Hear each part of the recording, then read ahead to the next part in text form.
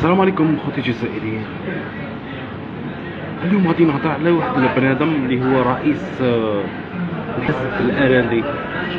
خرج وتكلم زعما يقول للناس يا تفوتي يا نلقاو لك الجنسية الجزائرية، نطلب من الرئيس الجمهورية يقراو لك الجنسية الجزائرية. انت شكون؟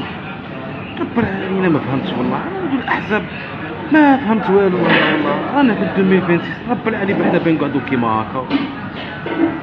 انا بعدا واحد انا مؤيد يعني بلادي. انا فوتت العسكر وعندي لاكارت ميليتير، كانوا يقولوا لي كي تفوت العسكر الخدمه الوطنيه غادي الدوله تتكفل بك، غادي تولي تخدم على روحك.